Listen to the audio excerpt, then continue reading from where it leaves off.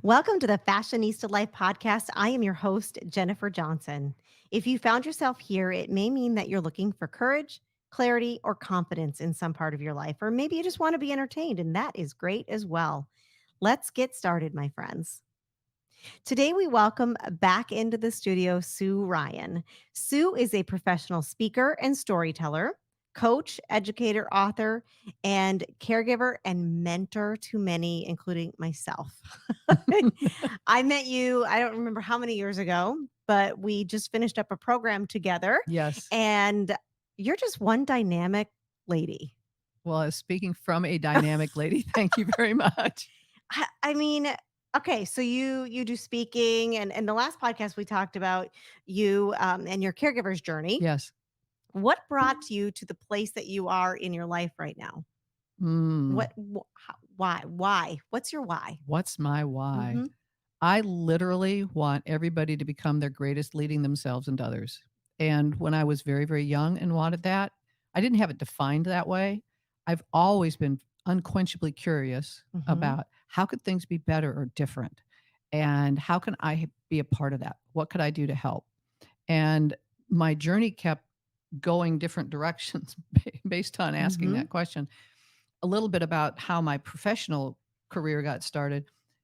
Our family lived on a ranch for many years and we showed horses. We raised and trained and showed horses. And I thought that I was going to go to SMU, get a double degree in law and accounting, and raise and train horses as a side business Hmm.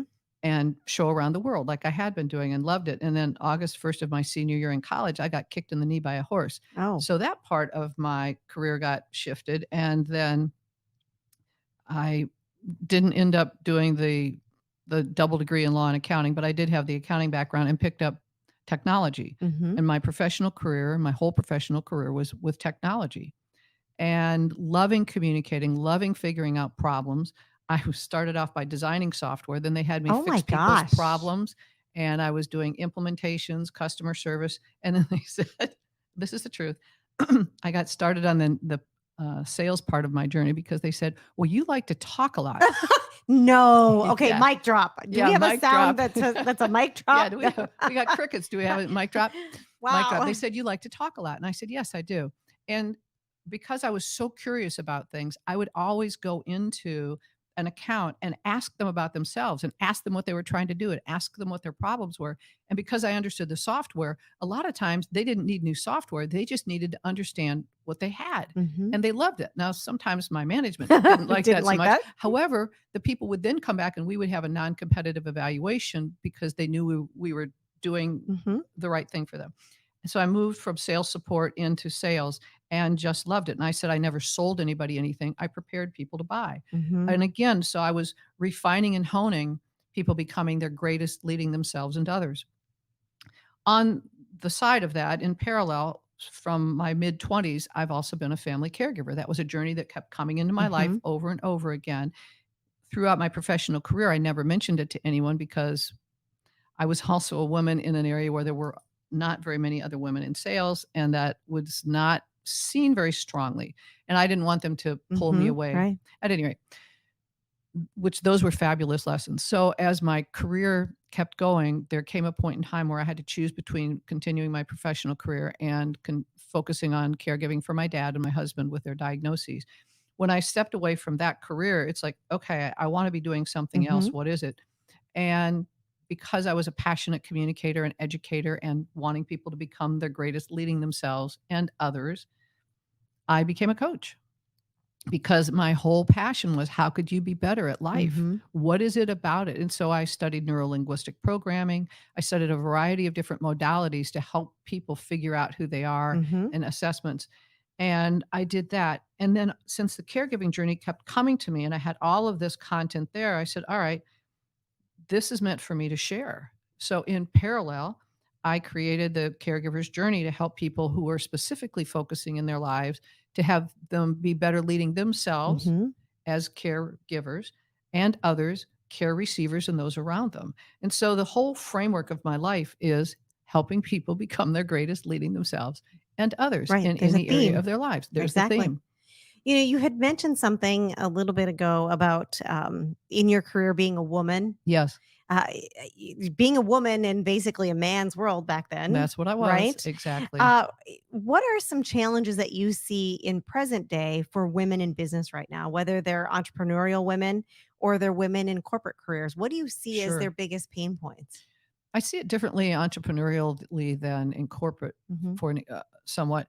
I see women who are absolutely spectacularly qualified, they're capable, and they're trying to do things on their own. Hmm. And it is doing all of the other stuff so that this great star who they are, this really valuable asset, this beautiful, amazing person with all this talent, skill, and ability can get out and be recognized Hmm. and be appreciated in the world. And the things that they do can be done by other people. So it's helping them get themselves out there in the right ways. In corporate, it's a little bit different because they're already in that environment and they're surrounded by that. They navigate the political, the cultural, the professional environment, and they have some different kinds of Hmm. challenges in that. And it's holding true to who you are. So you need to understand who you are in order to hold Hmm. true to who you are. And then it's also learning how to focus so that all the distractions that would take you away, those shiny objects that are so easy, Well, we all have those in the corner, you know right? those. Mhm. Yeah, don't distract you or take you away from it. Right.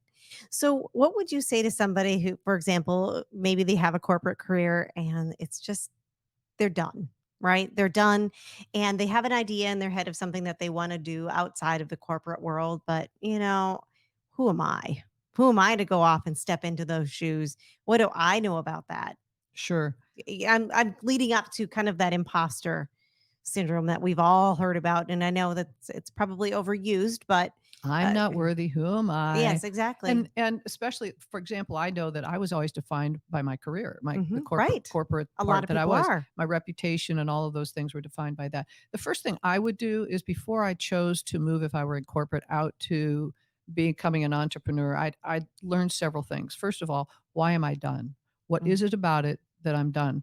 And is it something that I really have a passion to do something else, or I'm moving away from something? So I would get really clear. I would start, and I actually did this a couple of times. It's okay. If I was to say I'm completely in love with what I do, mhm, what would that look like? And if this is not what it is, why is it not?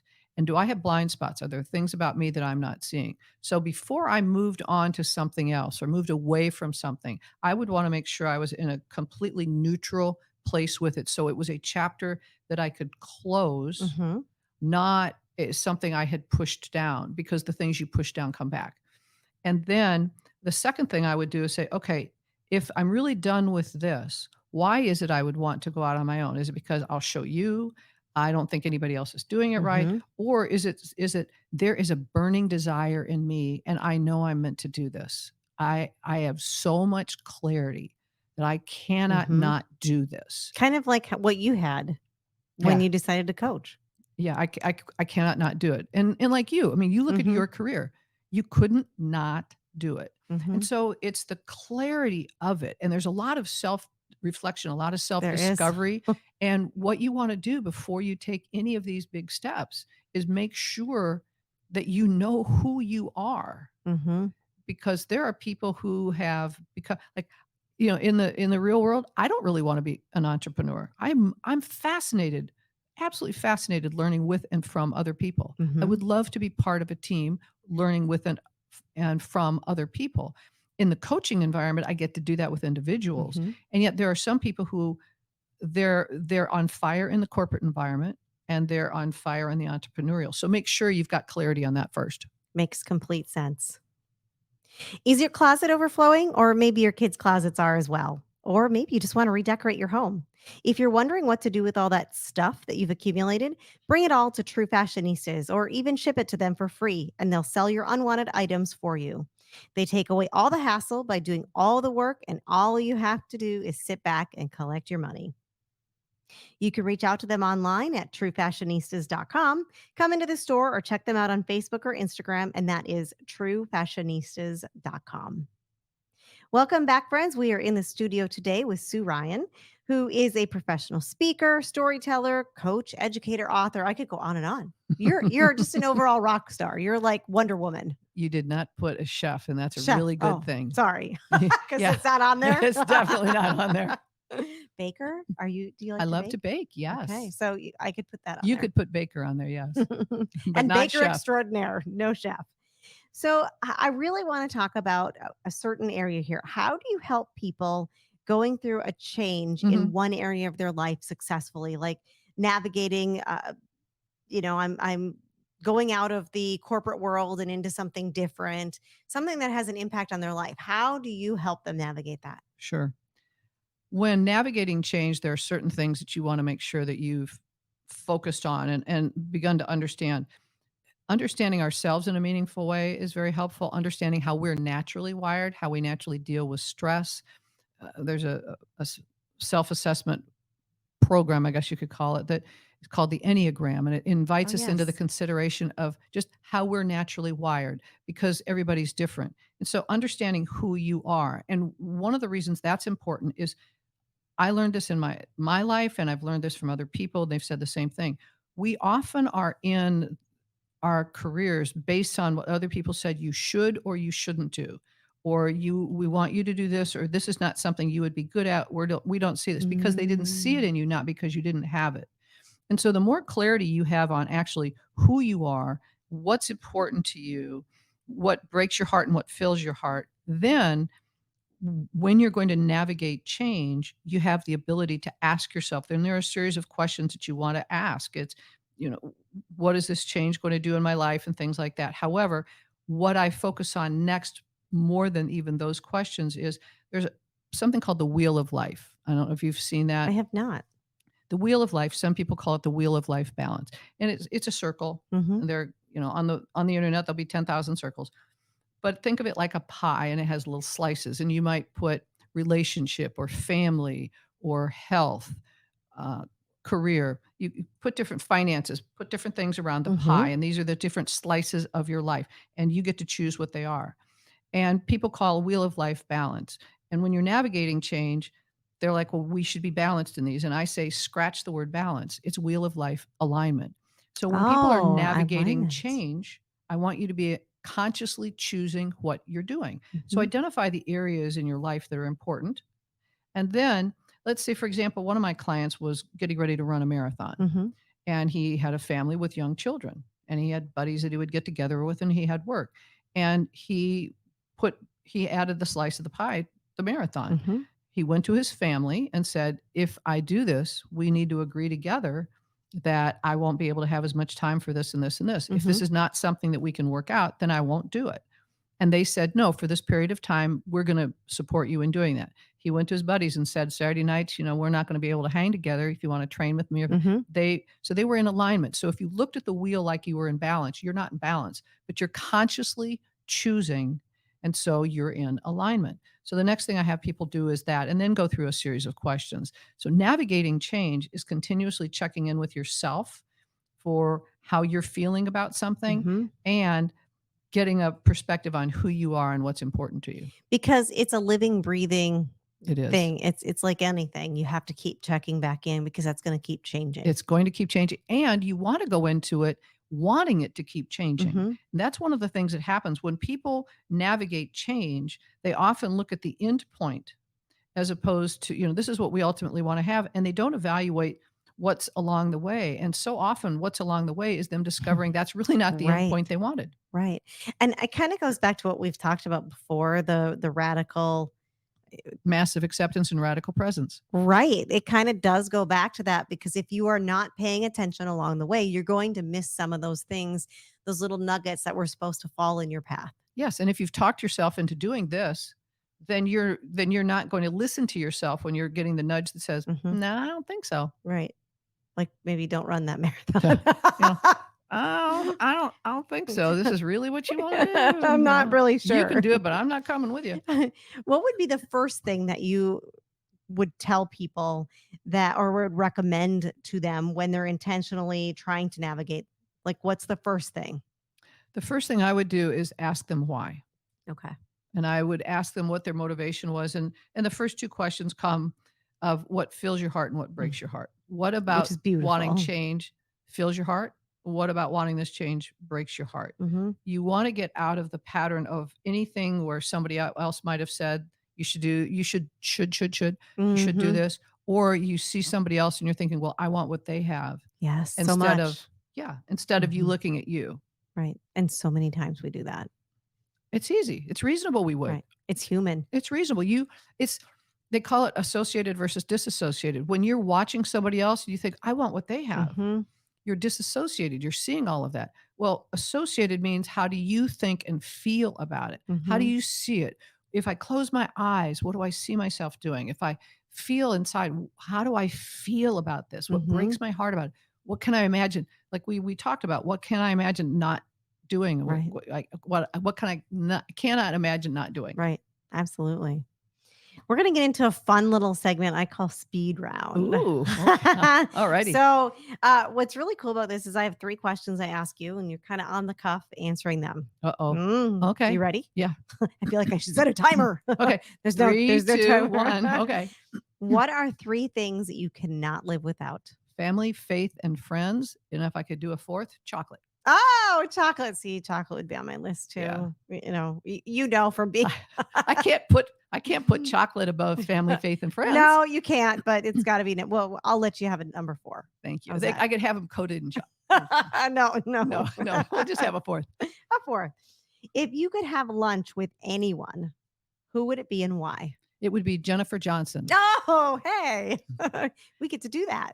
I thought about this question, and I really thought about people who I would want to be with. And the reason it is you is because It's really me? Are you sure? it really is. Because I looked at, what are the characteristics of someone who I would want to have lunch with?